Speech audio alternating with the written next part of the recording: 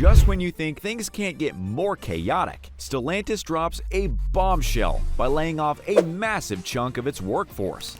And if that wasn't surprising enough, GM's boss, who's been steering the ship for nearly 10 years, threw in the towel unexpectedly. Both of these automotive giants are wrestling with a mountain of complications. And guess what? The government has stepped in yet again, using our taxpayer dollars to try and prop them up. It's frustrating, right? It feels like they keep falling back on us time and time again. So that got me thinking, what's going on? How are these corporations continually in a mess? Why do we even need to bail them out?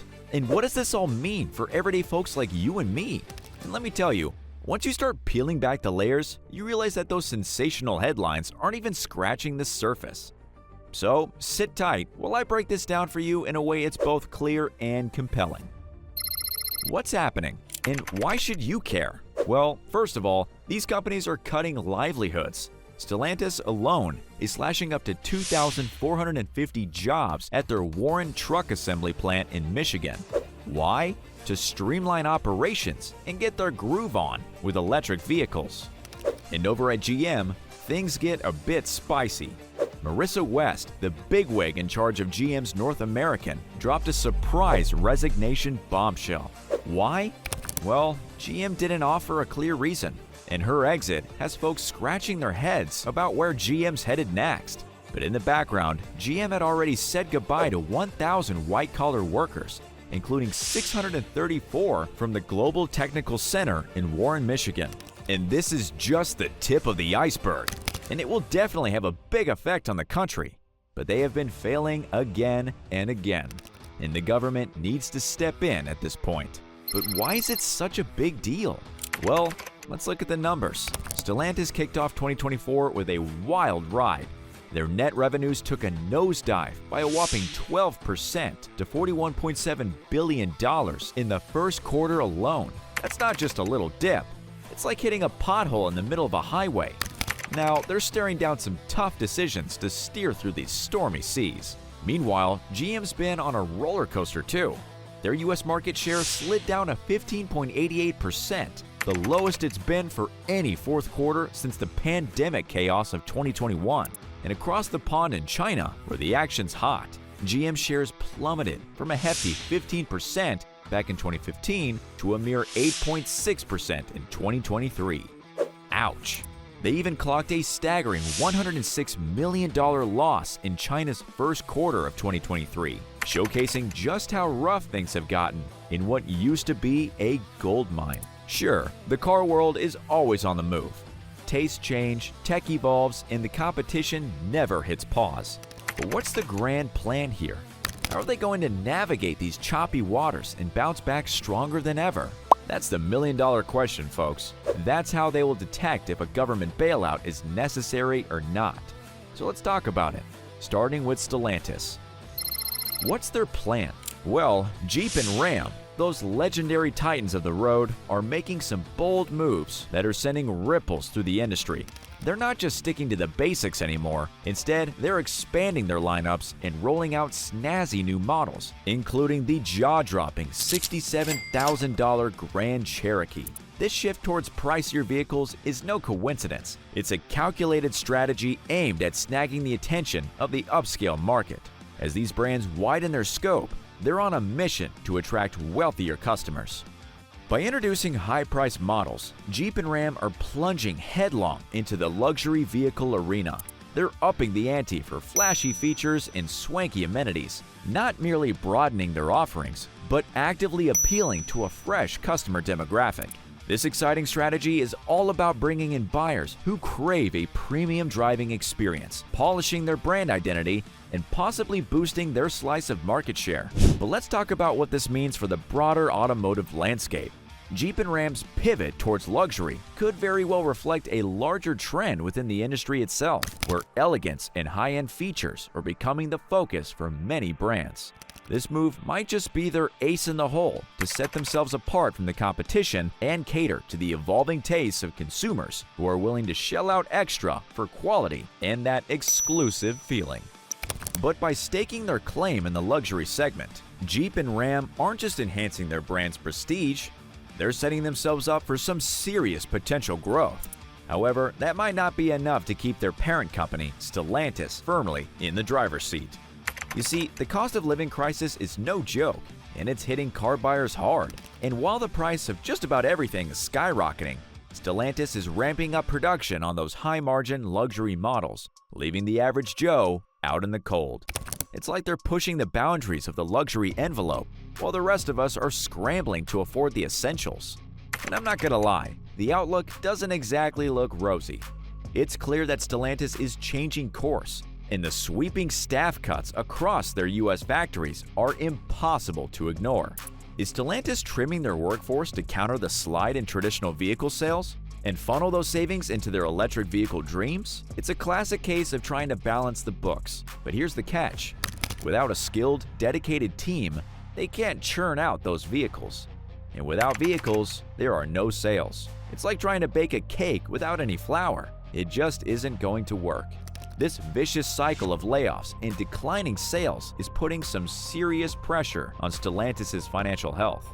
So, in a desperate bid to stave off disaster, the federal government has swooped in with a $1.7 billion bailout to revive Stellantis and keep those jobs afloat.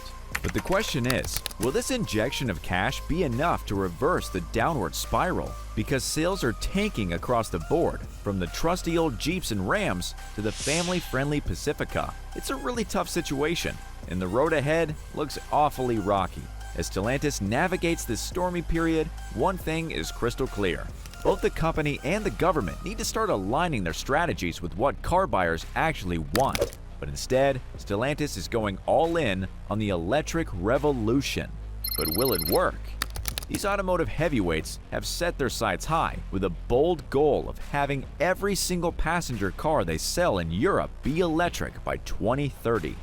And they're not just dipping their toes in, they've got their sights set on a whopping 50% electric target for the US market as well. That ain't no corporate lip service, my friends. Stellantis is backing it up with a serious investment, with plans to roll out a staggering 75, yeah, you heard that right, 75 electric vehicle models by the end of the decade.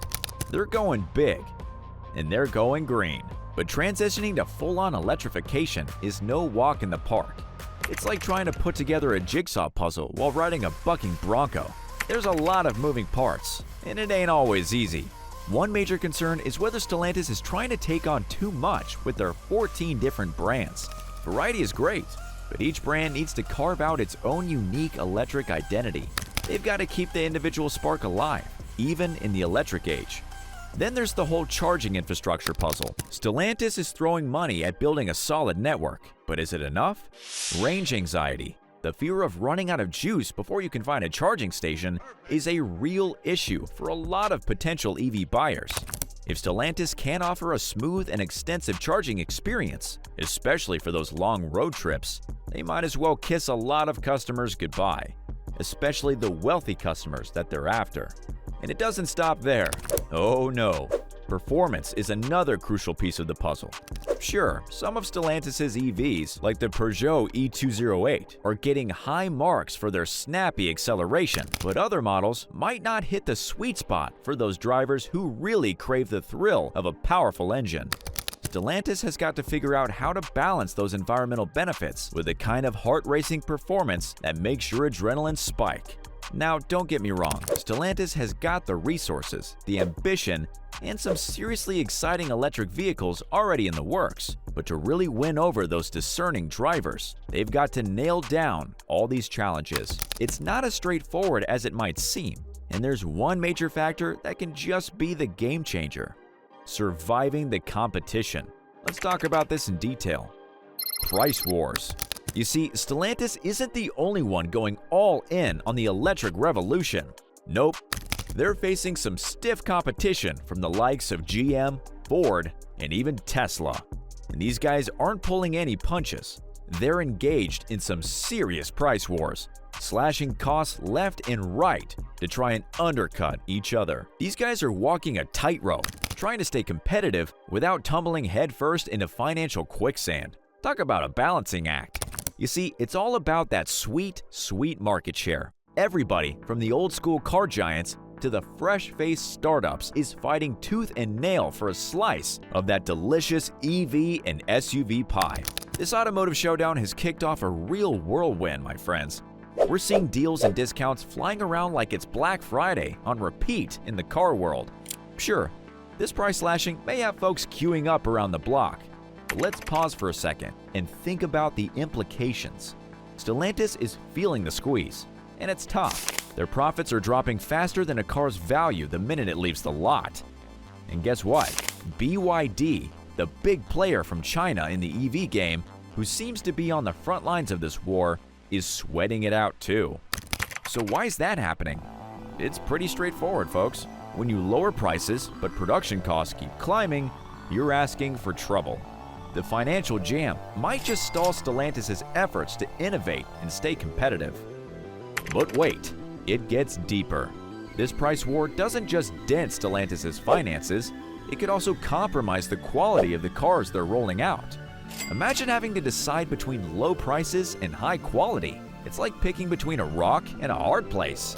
And let's not forget about Carlos Tavares, the guy at the helm of one of the world's biggest auto companies, sounding the alarm about a potential bloodbath in the car industry. It's like he's just watched a horror movie about plummeting car prices, trying to shout a warning before it all goes haywire. He's all about that pricing discipline, which I know sounds boring, but stick with me. If everyone in the car business starts slashing prices left and right, it's not just Stellantis that's going to feel the pinch. The entire automotive landscape could be cruising straight into trouble. It's like a chain of dominoes. One wobbles, and they all come crashing down. Now, I hear you asking, but aren't lower prices a win for us buyers? Tavares is on that too. He's got his eye on companies like Tesla, which have been on a mad spree with their price cuts. It's like they're running an everything must go sale, but for cars. Sounds fantastic, right? Not exactly. Tavares warns that this approach is about as sensible as using a chocolate teapot. Sure, it may seem appealing at first glance, but it's bound to turn messy in a hurry. And he's got the numbers to back up his claims, pointing out Tesla's recent financial hiccups as the prime example. But here's the thing, it doesn't seem like Stellantis has a solid plan to navigate this minefield. They're focused on the current market, but they're not sure how to handle it. It's as if they've had enough. Right now, it seems like the rest of the world knows too. So what now? Well, every time there's a market disruption, there will always be that one person who tries to get rich off of it. And China is doing just that. Let me explain. Have you ever wondered how the big shots in the auto industry navigate the crazy maze of tariffs and market access? Well, this is how. First off, the headlines are all about strategic partnerships and investments.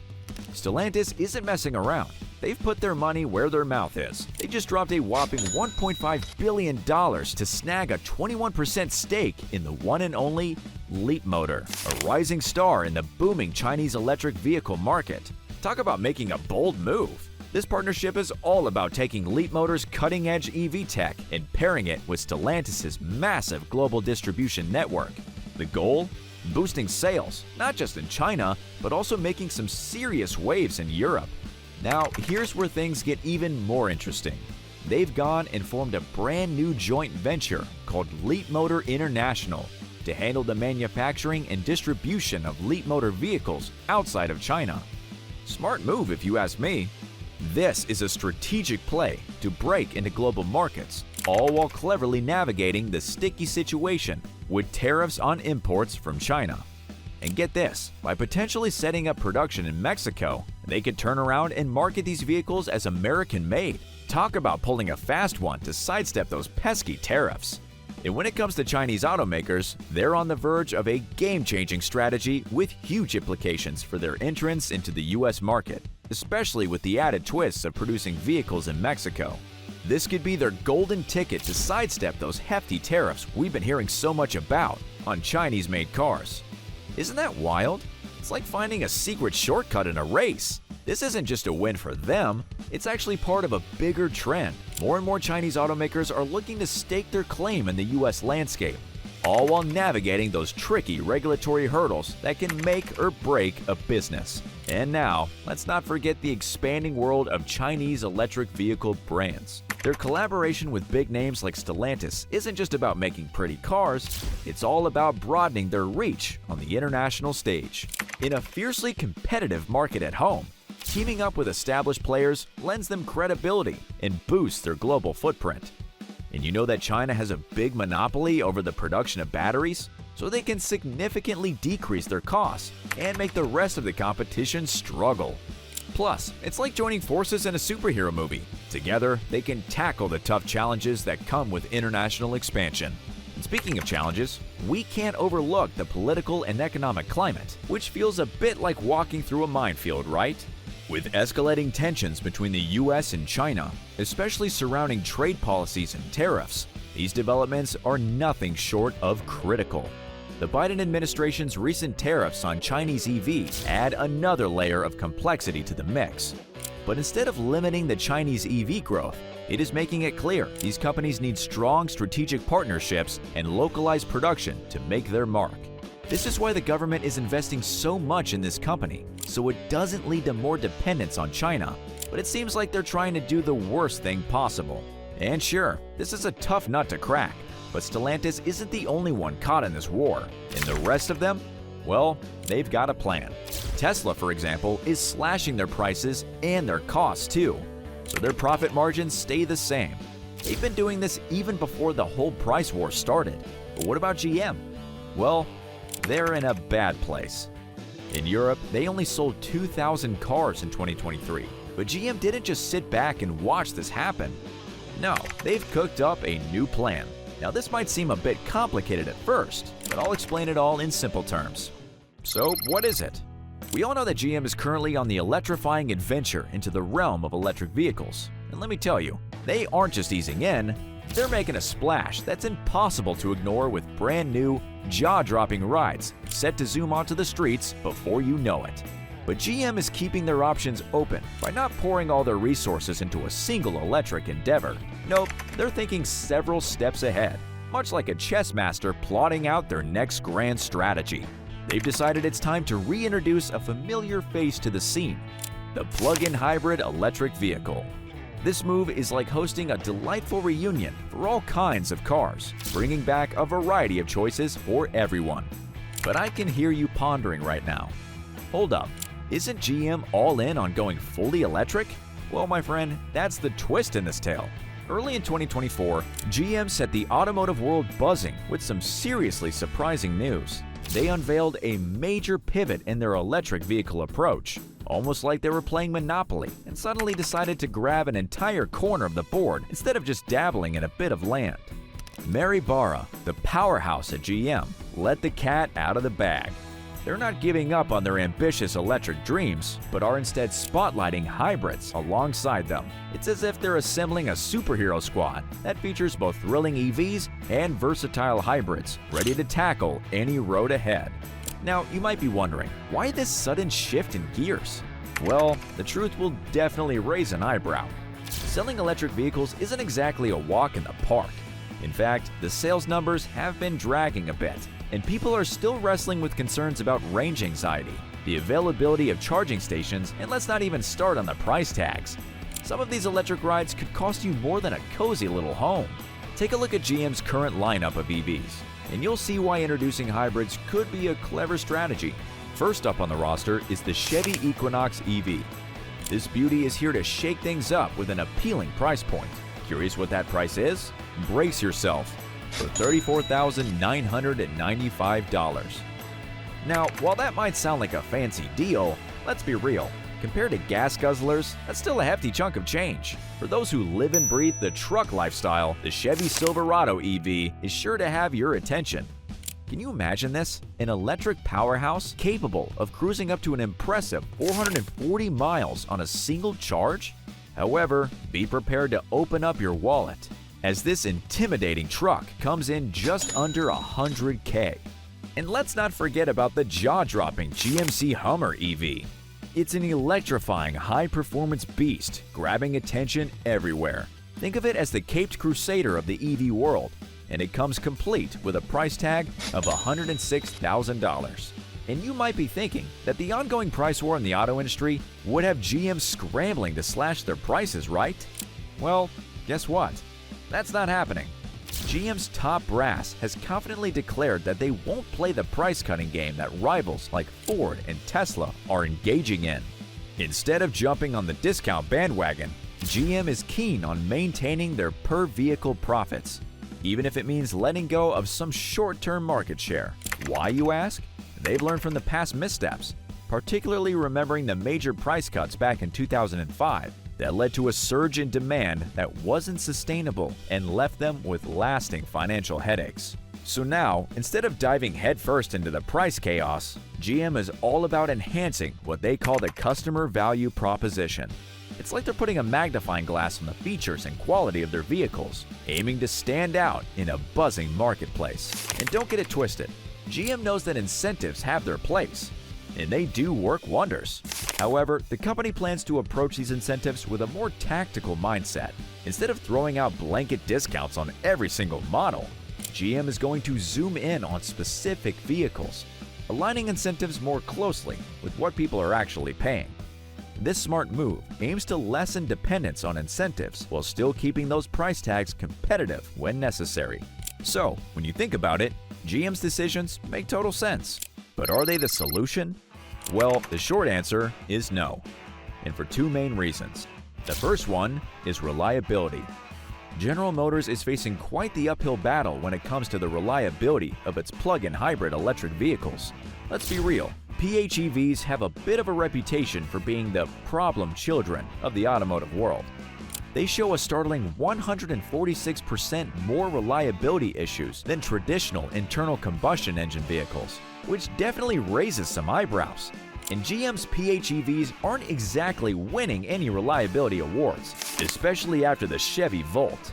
Their superstar PHEV dropped out of the picture. But wait, it gets trickier. With a pretty limited lineup of PHEVs on offer here in the US, GM's options are further stifled. Sure, they're hoping to roll out some revamped models from China, like the Equinox PHEV and the Buick V-Lite 6. But here's the catch. These models haven't built a strong reliability reputation in North America just yet. So, people are understandably curious. Will these international models meet the high bar of reliability that American consumers expect? And let's talk about the elephant in the room: China's tight grip on lithium-ion battery production. The numbers are mind-boggling. As of 2022, China produced a whopping 77% of the world's batteries. And guess what? This dominance isn't vanishing anytime soon. It's projected to stick around through 2027. With such massive market control, China can pretty much dictate prices, supply, and innovation in the battery scene, making it tough for automakers like GM to find reliable, affordable battery sources for their PHEV game plan. Let's dig even deeper. China's not just holding the cards when it comes to battery production. They're also in command of a big chunk of lithium mining and processing. This kind of vertical integration gives Chinese companies a serious leg up. What does this mean for GM? Well, they might have a hard time hunting for alternative battery suppliers or negotiating good deals, especially with the rising political tensions globally.